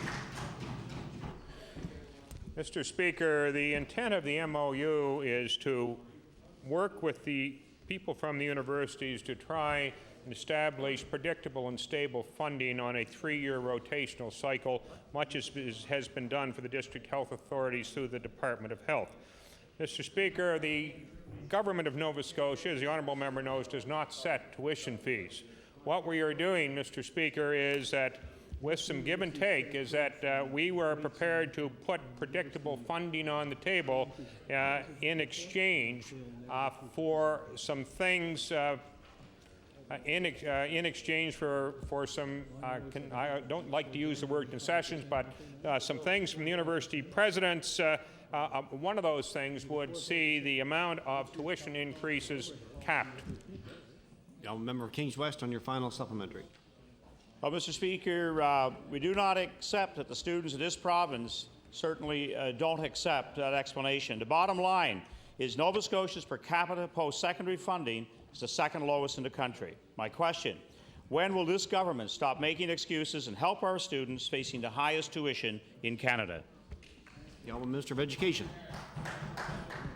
Mr. Speaker, I guess I should correct the honourable member. I think he misspoke in his question, because the per capita contribution to higher education in Nova Scotia is the second highest in the country. The honourable member for Halifax Needham. Thank you. Thank you very much, Mr. Speaker. Mr. Speaker, my question through you is for the Minister of Health. It's been several months since Dr. Kathy Felderhoff told her patients she had decided to turn her practice into a type of health co-op, one that would come with user fees for unspecified services. Now, Mr. Speaker, residents are concerned about the fees they will have to pay and whether those fees should be charged at all. Mr. Speaker, patients of this practice have been extra billed for some time for the services of a nurse. And back in August, I wrote the minister and asked that an investigation be conducted into these extra billing practices. So, Mr. Speaker, I want to ask the minister whether he has done an investigation, and if so, would he table the findings in the legislature? The Honourable Minister of Health. Thank you very much, Mr. Speaker. And the honourable member does does raise a question which is a very interesting one with respect to alternate ways of delivering health care in this province. And we have, in fact, worked with Dr. Felderhoff and a group with respect to how a cooperative medical practice might be established. I understand that there's a board of directors has been put in place, and that, Mr. Speaker, is currently where the thrust of our initiative has been with respect to this issue. Now, member for Halifax Needham on your first supplementary. Thank you. Well, Mr. Speaker, the minister dances around the question of whether or not he's looked into the extra billing practices that have been going on. Mr. Speaker, the issue here is that the government has a responsibility to ensure that no Nova Scotian is made to pay for health services readily available to other Nova Scotians at no charge. Mr. Speaker, this is a GP who has been extra billing for services for a nurse and is actively pursuing a delivery model where patients will be billed for unspecified services, including nurses. Mr. Speaker, I want to ask the minister if he could clearly describe under what circumstances nursing services would be considered non-insured in this province by your government. Now, the Minister of Health. Thank you very much, Mr. Speaker. And that indeed, Mr. Speaker, is the subject matter of our discussions with respect to those who would want to establish the cooperative, is to get a very clear understanding of the nature of the extra services that are provided, and to ensure that it is appropriate for those services to be billed over and above that which is covered under MSI. Honourable member for Halifax Needham on your final supplementary. Well, Mr. Speaker, I'm absolutely astonished that the Minister of Health can't explain to me why patients in the north end of Halifax don't have to pay to see a nurse, but patients in New Glasgow are going to have to. Mr. Speaker, in an email to the Premier, one patient from that area raises the fear that exists in that community that patients will be forced to cooperate in this new business model or face losing their family doctor. Mr. Speaker, I'll table a copy of that email obtained under Freedom of Information. I want to ask the Minister, what is your department doing to make sure that no patients lose their family doctor if they choose not to participate in this new model? The Honourable Minister of Health.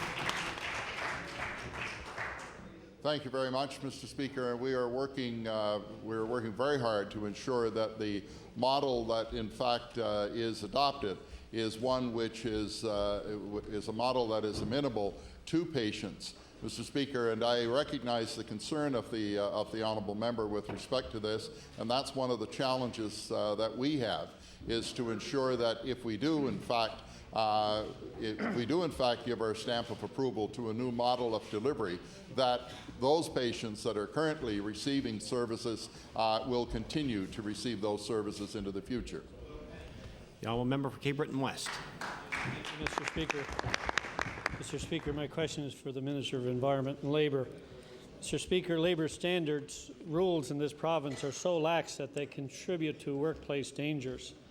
One man, Mr. Neil Chiocchio, contacted our office, and Mr. Chiocchio used to work for a local Halifax transport company, and this company, Transport, is responsible for moving people and medical products between the infirmary site and the Victoria General Hospital in unmarked vans. Those medical products include potential biohazards like blood specimens and even body parts in Tupperware-style containers. Sometimes the amount of product was piled up to the ceiling. This man would work up to 12 hours at a time and was told by his employer that he couldn't take a break. Because of this, he was let go for refusing to work the 12 hours continuously. My question to the minister, does the minister believe it is safe for a transporter of biohazardous products to work up to 12 hours without a break? The Honourable Minister of Environment and Labour.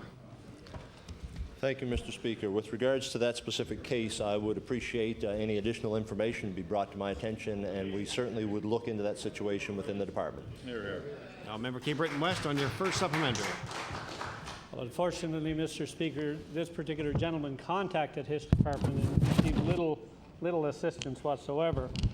Mr. Speaker, the transportation of biohazardous material is a serious one, and it is important to those who transport that type of product who are performing this service at a very high level. Will the minister commit today, in consultation with the Minister of Transportation and Public Works, to reviewing the labor standards for those transporting biohazardous medical products?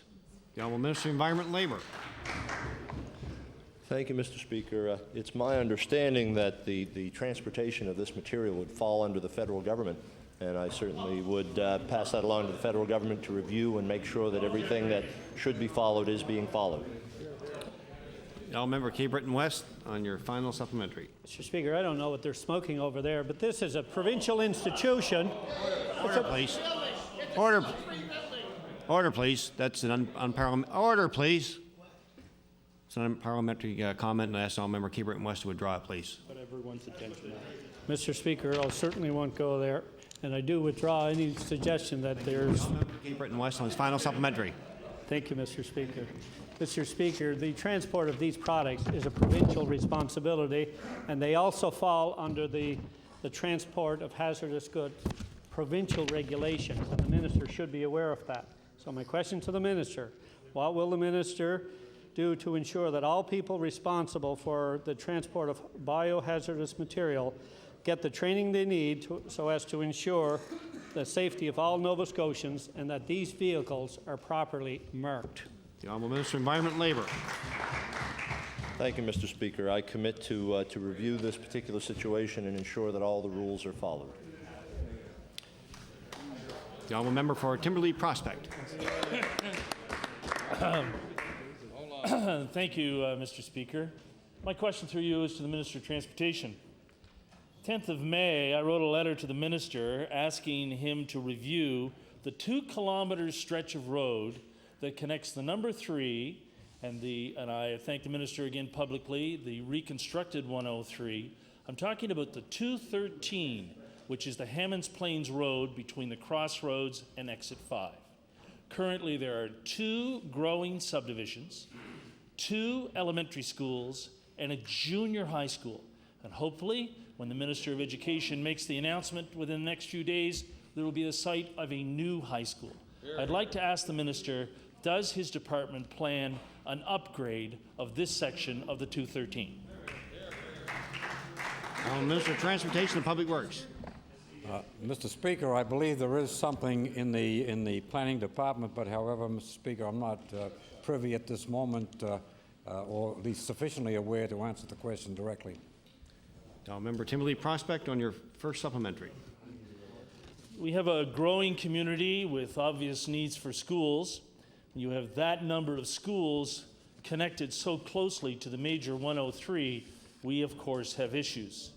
The minister reports in a letter he responded to, and obviously by his last answer, someone from the staff responded, that the collision rate on that section of highway is rated at 141.5 per million.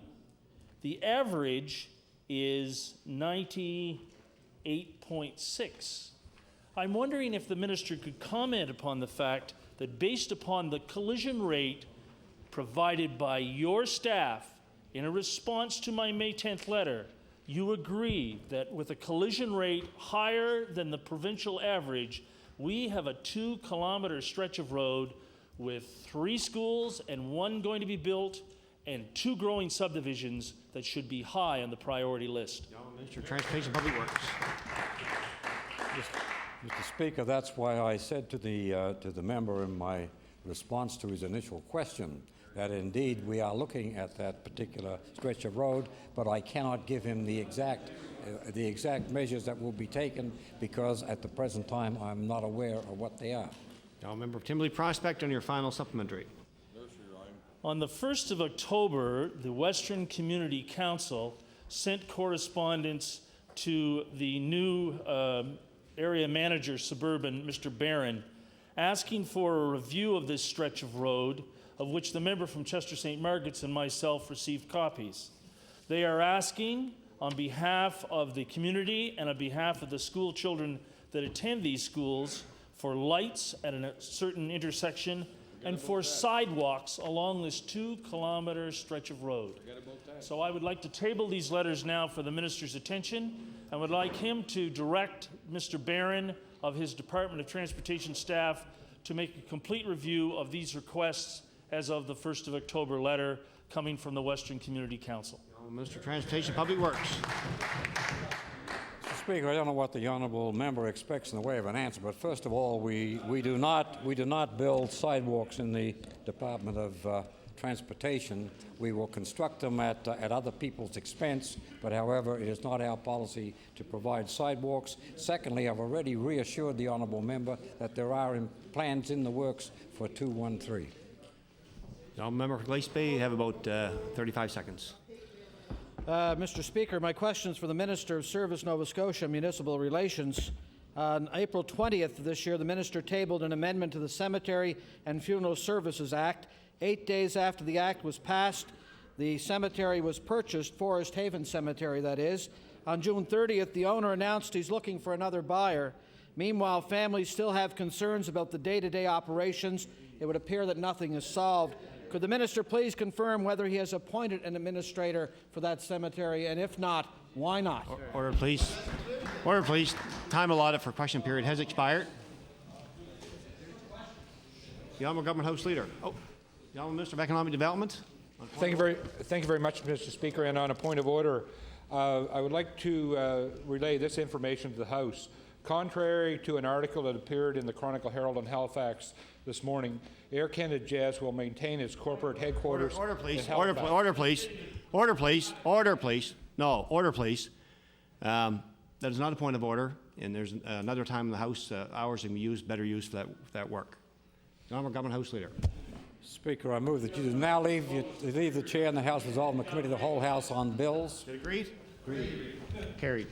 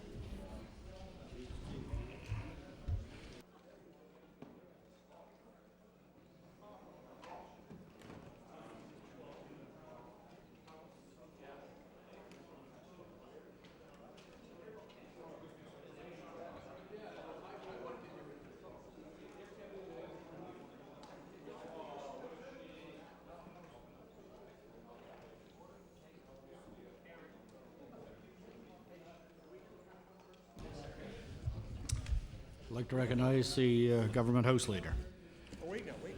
Yes, Mr. Chairman. Would you please call Bill number 95, the Land Registration Act? Bill number 95, the Land Registration Act.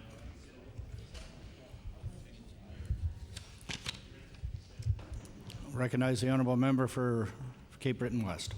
Yes, thank you, Mr. Speaker. I want to be somewhat brief on this particular issue, but in general, speaking to the title of the bill, I want to raise with all members of the committee growing concern by Nova Scotians with regards to the cost of the implementation of this particular piece of legislation. The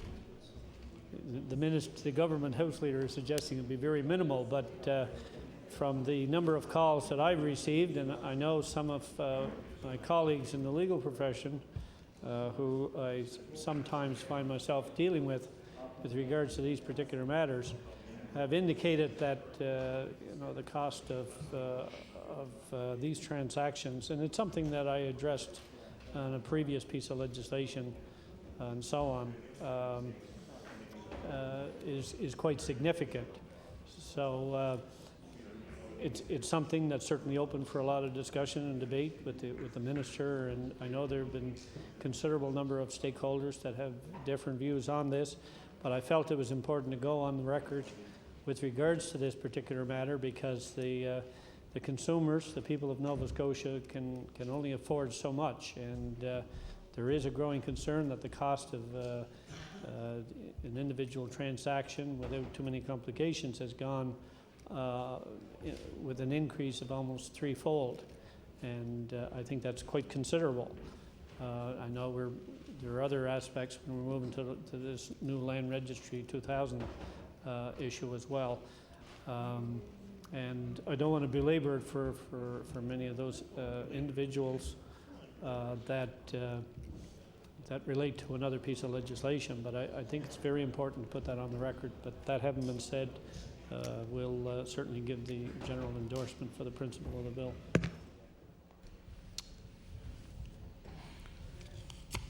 Thank you. Seeing no more interventions, this bill has been amended. Law amendments is at the wish of the committee to deal with the bill clause by clause, or very well then. Shall the amended clauses carry? Shall the clauses carry? Shall the title carry? Shall the bill carry? Bill is carried.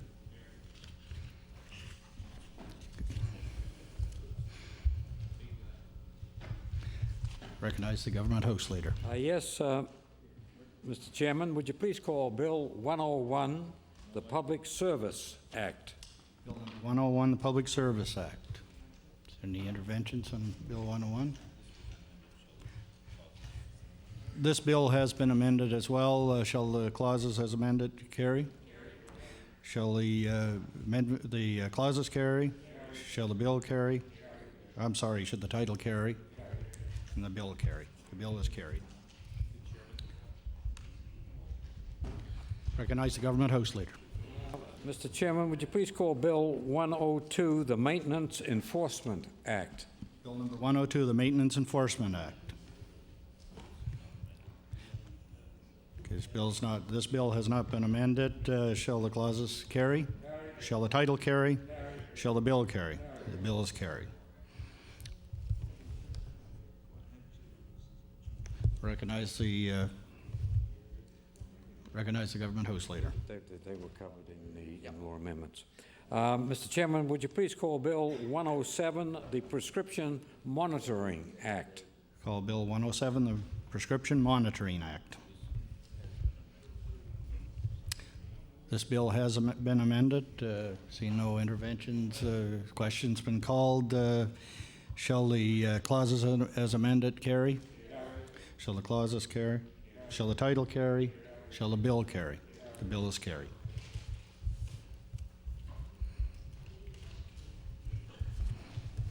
Recognize the government house leader. Yes, Mr. Chairman. Would you please call Bill 115, the Maritime Provinces Higher Education Commission Act? Bill number 115, Maritime Provinces Higher Education Commissions Act. This bill has no amendments. Shall the clauses carry? Shall the title carry? Shall the bill carry? The bill is carried.